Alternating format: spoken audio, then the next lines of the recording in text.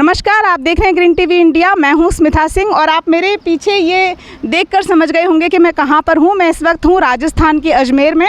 ICAR NRCSS यानी कि राष्ट्रीय बीजीय मसाला अनुसंधान केंद्र में क्या भूमिका रहती है इस अनुसंधान केंद्र की किसानों को बीजीय मसालों के बारे में जानकारी देने के लिए, कैसे ये किसानों की उन्नति के लिए और राहें आसान करता है केंद्र, क्या कुछ बीजीय मसालों की जानकारियाँ यहाँ के विशेषज्ञों से किसानों को मिलती हैं। तमाम उत्सुकताओं को लेकर हम जब यहाँ पर पहुँचे तो हमने सोचा एक छोटी सी बातचीत सर से की जाए, उनके कीमती समय में से कुछ समय निकलवाया जाए और कुछ अहम जानकारियाँ आप तक पहुँचाई जाएँ। तो हमने विनय सर से बात की, तो आइए पहले उनका स्वागत करते हैं। सर, बहुत बहुत स्वागत है आपका हमारे कार्यक्रम में। धन्यवाद मैडम। तो हमारे साथ हैं डायरेक्टर हैं NRCSS के डॉक्टर विनय भारद्वाज सर। तमाम महत्वपूर्ण बातें, कुछ प्रश्न मैं भी लेकर आई हूं जिनके बारे में सर से जानेंगे। सर, इसकी स्थापना कब हुई और किस उद्देश्य से हुई, पहले ये बताएं। आपका पहले तो बहुत बहुत स्वागत है राष्ट्रीय बीजीय मसाला अनुसंधान केंद्र के इस प्रांगण में। और आप मैं ये कहूँगा कि बहुत भाग्यशाली हैं, या बहुत वो क्षण है जब हमने एक दिन पहले ही केवल इस संस्थान के 25 साल उत्कृष्ट भूमिका जो इन्होंने निभाई है उसके लिए हमने एक बड़ा फंक्शन किया। हमारे माननीय कृषि मंत्री जो कृषि एंड किसान कल्याण राज्य मंत्री हैं और इसी एरिया को रिप्रेजेंट करते हैं, वो यहाँ के चीफ गेस्ट हैं। लगभग आज से 25 साल पहले 19 जनवरी 2000 में ये संस्थान दी देन जो उस टाइम के डायरेक्टर जनरल ICAR थे, इनका नाम था डॉक्टर RS पड़ौदा जी, और वो भी इसी एरिया को रिप्रेजेंट करते थे। वो सचिव थे डेयर के और DG ICAR थे। उन्होंने कहीं ना कहीं चिन्हित किया कि क्योंकि बहुत सारे काम हो रहे थे पेरिनियल क्रॉप से, मान लीजिए काली मिर्च को लेके, बाकी और सी मसालों को लेके, परंतु पूरे देश भर में एक भी ऐसा केंद्र, एक भी ऐसा अनुसंधान संस्थान नहीं था जहाँ पे बीजीय मसालों पे काम हो रहा हो। मेरा मानना है बीजीय मसालों में अगर हम बात करें तो सबसे पहले इम्पोर्टेंट होता है जीरा, क्यूमिन, कोरिएंडर, फेनल, फेनुग्रीक, अजवाइन, नाइजेला और दिल जैसी 10 महत्वपूर्ण फसलों पे ये संस्थान कार्य करता है, जिनका कि बीज बहुत इम्पॉर्टेंट होता है और वो बीज जो है वो स्पाइस की तरह से उपयुक्त होता है। और किसान भाई ये देश में, आपने दूसरा आपका प्रश्न था कि इसका उद्देश्य क्या था। इसका उद्देश्य मैडम पूरी दुनिया में वैश्विक जो मांग है बीजीय मसालों की वो पूरा करना था। वो जो मांग थी वो पहले कम थी और आज की डेट में अगर आप पाएंगे तो ये संस्थान, ये देश, लगभग 2 या 3 मेजर स्टेट हैं जो इस पे कार्य कर रही हैं या प्रोडक्शन करती हैं। वो हैं मध्य प्रदेश, राजस्थान और गुजरात। और उनमें भी अगर मेजर बात करें जीरे की तो केवल दो प्रदेश हैं जो काम करते हैं, वो गुजरात और राजस्थान। और हम लगभग 60% की प्रोडक्शन और लगभग 70 से 80% का एक्सपोर्ट केवल ये भारतवर्ष कर पाता है। तो मेरा ये मानना है कि इसने अपने उद्देश्यों पे पिछले 25 सालों में कहीं ना कहीं ठीक उतरा है। उतने ही उद्यमी कहीं ना कहीं किसान रहे हैं, तभी ये हासिल हो सका है कि पिछले 25 सालों में अगर आप क्षेत्रफल देखें, प्रोडक्शन देखें और यील्ड्स देखें तो इनमें लगभग हम लोग क्षेत्रफल में 2.5 गुना, प्रोडक्शन में लगभग 3.5 गुना और एक्सपोर्ट में लगभग 7.75 गुना और बढ़े हैं 25 सालों में। कहीं ना कहीं कुछ भूमिका तो संस्थान की रही होगी, कुछ अच्छी तकनीकियाँ और वैरायटियाँ रही होंगी, तभी ये संभव हो पाया। बिल्कुल सर। जैसा आपने कहा कि 10 के करीब ऐसी मसाला फसलें हैं जो बीज जो होता है उनका मसालों के तौर पर इस्तेमाल होता है। मैंने भी सुना है 15-20 फसलें ऐसी हैं जिनका बीज ही मसालों की तरह तड़के में जो ज़्यादातर हम इस्तेमाल करते हैं और उनके औषधीय गुण भी रहते हैं। वैल्यू एडिशन, मूल्य संवर्धन के लिए और एक रहता है ना कि कैसे प्रोडक्ट को और ज़्यादा अच्छा बनाया जाए कि किसान को उसका लाभ ज़्यादा मिल सके। तो कैसे फूड प्रोसेसिंग या वैल्यू एडिशन की दिशा में ऐसा कुछ काम ये अनुसंधान केंद्र कर रहा है कि किसान को अपनी फसल को एक बेहतर उत्पाद बनाकर एक वैसा प्लेटफॉर्म मिल सके कि उसकी आय में इजाफा हो। जैसा मोदी जी ने उस वक्त कहा था कि दोगुनी आय का संकल्प, किसान की आय दोगुनी हो, तो कैसे मसाला फसलों की खेती करने वाले किसानों की आय में और इजाफा हो सकता है, उसके लिए किस तरीके से ये अनुसंधान केंद्र काम कर रहा है। मेरा ख्याल है आपने काफ़ी सारे प्रश्न एक साथ पूछ लिए। मूल्य संवर्धन एक बात थे और किसानों के लिए क्या कर रहे हैं, मैं 2-3 चीज़ें आपसे शेयर करना चाहूँगा। पहली बात तो ये कि देखिए किसानों को पैदावार अच्छी मिले उसके लिए संस्थान कैसे अपना काम कर सकता है, उसके बारे में ये बताना चाहूँगा कि इस संस्थान ने लगभग 25 अलग अलग किस्में बनाई इन्हीं 10 क्रॉप्स की, इन्हीं 10 सीड स्पाइसेस की। और वो जो फसलें हमने जो वैरायटीज़ बनाई वो कहीं ना कहीं हाई यील्डिंग थे। तो एक तो वो तरीका था कि जो ट्रेडिशनल किसान उगा रहा था, अगर अधिक उपज देने वाली फसल या किस्म आपको मिलती है तो कहीं ना कहीं आपका इजाफा, आपकी वैल्यू एडिशन होती है। इसके साथ साथ हमने बीज या मसाले पहले तो अपने आप ही वो हैं जो क्लाइमेट रेजिलिएंट हैं। बहुत ज़्यादा आपका क्रॉप, अगर हम बात करें कॉस्ट बेनिफिट रेशो, मेरा ये मानना है कि जिस तरह से 1:4, 1:5 का कॉस्ट बेनिफिट रेशो ये फसलें देती हैं, शायद ही कम फसलें दुनिया में ऐसी हैं जो इस तरह का मुनाफा देती हैं। उसके बाद किसान भाइयों के लिए हम इन्हीं सभी फसलों के बीज, ये संस्थान जो है वो क्वालिटी, जिसे आप कहते हैं truthfully label seed, quality seed और ब्रीडर सीड, मेरा ख्याल है हम लगभग 30 से 35 टन हर वर्ष बीज बनाते हैं और किसान भाइयों को उपयुक्त कराते हैं। कोई भी किसान, मेरा मानना है, हमारी एक इंस्टीट्यूट की वेबसाइट है, उस पर वो अपना क्लिक करता है कि वो इंडेंट करता है कि मुझे इतना बीज चाहिए और वो बीज की राशि हमें देता है। और मेरा ये मानना है कि वो जब कभी भी उसके कुछ ही दिन बाद उस तक वो बीज पहुंच पाता है या वो हमसे ले पाता है। उसके बाद की आपने बात कही कि बीज देने के सिवाय हम क्या कर रहे हैं, मूल्य संवर्धन पे हम क्या कर रहे हैं, तो स्मिता जी मैं ये कहना चाहूँगा कि हमने लगभग 15 से 20 ऐसे मूल्य संवर्धित प्रोडक्ट बनाए हैं, वैल्यू एडेड प्रोडक्ट बनाए हैं, जिनको कि किसान भाई उनकी टेक्नोलॉजी को, उद्यमिता कैसे करें, उसमें टेक्नोलॉजी को कैसे आगे बढ़ाएं, वो हमसे ले सकते हैं, सीख सकते हैं। और जैसे मैं मान लो एक बात बताता हूँ कि बिस्किट का जीरा जी, तो वो बिस्किट ऐसा जिसमें जीरा भी उपयुक्त हो कि उसको कैसे बनाएं और उसके कैसे उसको आगे लेके जाएं, उसकी प्रौद्योगिकी हमने बनाई, लोगों को दी। और कुछ एक ऐसे FPOs से उन्होंने हमसे जुड़े, एक हिसार के ही हैं, वो हमसे जुड़े और वो उस तरह का काम अब लोगों तक करवाने लगे हैं और इस प्रोडक्ट को आगे बढ़ाने लगे हैं। इसके साथ एक और प्रोडक्ट मैं आपको बताता हूँ, एक बड़ी कंपनी है, उसके साथ मिलके हमने जीरा की चाय बनाई। तो अब वो जीरा चाय इतनी फेमस होने लगी है कि आप पाएंगे कि बहुत टाइम में वो बहुत लोग उसे, जैसे जीरा, जल जीरा पीते थे, लोगों को सर्दियों में जल जीरा का उपयोग मिलने को लगेगा, ह्यूमन टी पिएंगे। हमने इसी तरह मेथी आप सब जानते हैं कि डायबिटीज़ के लिए और उसके लिए बहुत उपयोगी है। इसमें एक बहुत इम्पोर्टेंट एंजाइम होता है जिसे हम कहते हैं 1,4-आइसोल्यूसिन, हाइड्रोक्सी आइसोल्यूसिन। अगर हमने ऐसे बीज भी बनाए, ऐसी प्रजाति भी देखी हैं जो हरी रहती हैं और उसमें इस पर्टिकुलर एंजाइम का लेवल डबल है। तो उस मेथी को लेके हमने एक कॉफ़ी बनाई कि कुछ पोर्शन कॉफ़ी का रखा, कुछ चिकोरी का रखा और कुछ हमने असल की कॉफ़ी बनाई।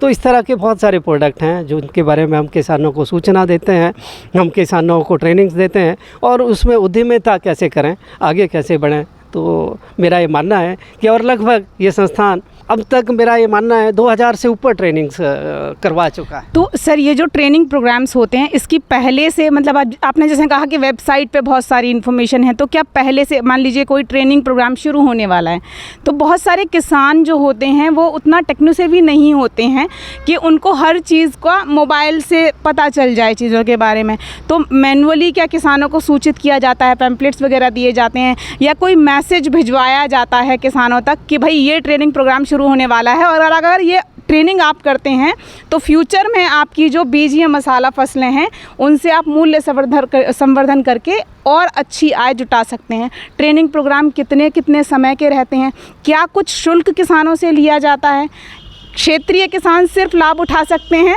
या देश के किसी भी हिस्से का किसान आके इस विषय की ट्रेनिंग ले सकता है? जुड़ के कई सारे सवाल, क्योंकि मेरी अपनी उत्सुकताएं भी हैं कि मैं जानूं, तो इकट्ठे में 2-2, 3-3 सवाल आपसे पूछ रही हूं, तो इस बारे में भी थोड़ी जानकारी सर दें। सविता जी, भारत सरकार ने बहुत सारी स्कीम शुरू की हैं। क्या है कि हम बहुत सारे लोगों तक तो शायद ना पहुँच पाएँ, परंतु हम लोगों ने ये सुनिश्चित किया है कि भारत सरकार ने, जैसे 2 एक स्कीम बताता हूँ। एक स्कीम का नाम है MIDH, एक स्कीम का नाम है TSP, एक स्कीम का नाम है SCSP और एक बहुत सारी स्कीम्स हैं जो केवीके के द्वारा हमारे को खुद फंड्स दिए जाते हैं, आईसीआर द्वारा, डेयर द्वारा, कि आप लोगों को शिक्षित करें, प्रशिक्षित करें और जो भी आपके पास टेक्नोलॉजीज़ हैं उनको किसानों तक पहुंचाएं। मेरा ये मानना है कि जो आपने कहा कि किन किन विधियों द्वारा या किन किन तरीक़ों द्वारा आप किसानों तक पहुंचते हैं, तो मीडिया एक तरीका है। बहुत बड़ा प्रचार का तरीका है अटारी का होना, केवीकेस का होना। हमने इन पूरे क्षेत्रों में लगभग सभी लोगों को, जो केवीके और लाइन डिपार्टमेंट के जो लोग हैं, डिपार्टमेंट हॉर्टिकल्चर के जो जॉइंट डायरेक्टर और आपके एडिशनल डायरेक्टर्स या डायरेक्टर लेवल के लोग हैं, हम उनको अप्रोच करते हैं कि किसान जो कोई इस तरह की विधाएं हमसे सीखना चाहते हैं वो हमसे जुड़ें। केवीकेस के इंचार्जेस को हम फ़ोन करते हैं और ये पूरा एरिया अटारी जोन 2 के अंडर आता है, जहाँ के director doctor JP Mishra ji Jodhpur में बैठते हैं। हम उनके थ्रू अप्रोच करते हैं और फिर वो डाउन दी लाइन किसानों तक जुड़ते हैं।